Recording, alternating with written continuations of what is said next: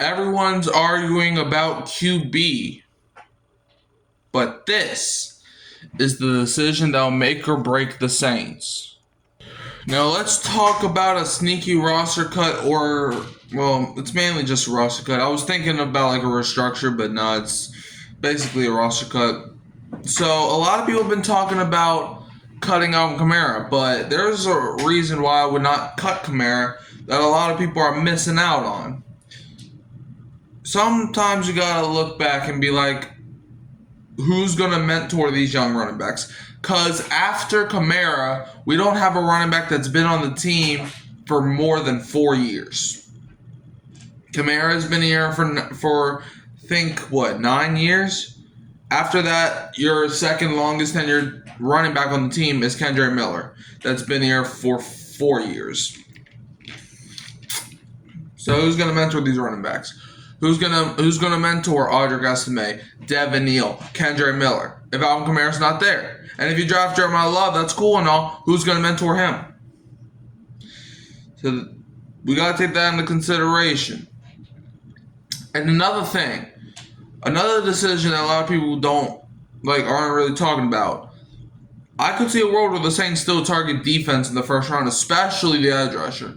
In fact, when we get closer to the draft, I'm going to release my mock draft that I did on my own time. And I had the Saints, I'm not going to say who it was, but I had the Saints drafting edge in the first round. I legitimately think edge is not a bad position to go if you're the New Orleans Saints in the first round. Because let's look at this. Chase Young, he's here for the long haul. Carl Granderson, his play has declined the last couple of years. And Cameron Jordan, great year last year. He's 30. He's going to be 37 by the time next season starts. So how long of a haul does he have? And that's if he's even on the team next season, because his contract ended this year. So if the Saints don't extend him or re-sign him, he's gone. So I think the Saints should target edge in the first round, personally. Next thing, I think there is a position battle that I think is forgotten in the wins. And I'm going to pick it back to what, I got three position battles that a lot of people might forget about. The offensive line. A lot of people seem to forget we don't have a right guard. Well, Saints fans know we don't have a right guard, but a lot of other people, they think Cesar Ruiz is good at football. Newsflash, he's not good at football. And another forgotten position battle is the pass rush. Yes, Chase Young is great. Yes, Cameron Jordan had a great year last year. But like I mentioned, he might not be back.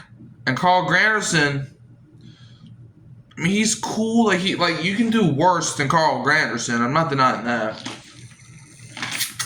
But I just think a lot of people are forgetting that the Saints could still use help on that pass rush. And another position battle is the cornerback position. Is Alontae Taylor going to be back? If he's not, who's going to be the corner in the slot? Alontae Taylor was more of like that nickel/slot type of guy. Who's going to be the guy in the slot? Are you going to move over Quincy? Are you going to move over Kool-Aid? Are you going to draft somebody, sign somebody to be that slot corner if Alontae Taylor's not back? That's something a lot of people are not talking about. Who's going to be that slot cornerback? And my last thing, cap space versus rebuilding.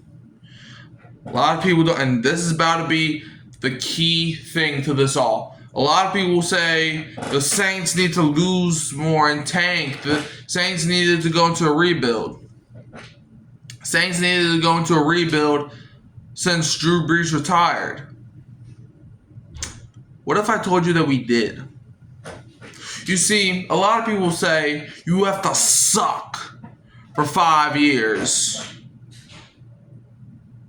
in order for that to be called a rebuild. That's not the case. Look at the guys the Saints drafted.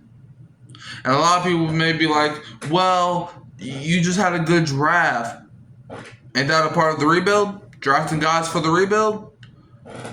The Saints have rebuilded. Rebuild does not mean suck. Some teams do suck when they rebuild. Look at the Browns, the Lions for a long time, the Texans for a few years, the Colts. But the Saints, yes, they were bad at football, but they didn't suck like a lot of those other teams. But they were still rebuilding. They just did it in their own unique way. They got Sanker in the 3rd round. They brought in free agents like Chase Young. They drafted Granderson. They drafted Tyler Shuck in the 2nd round. They drafted Kelvin Banks, Talise Fuaga.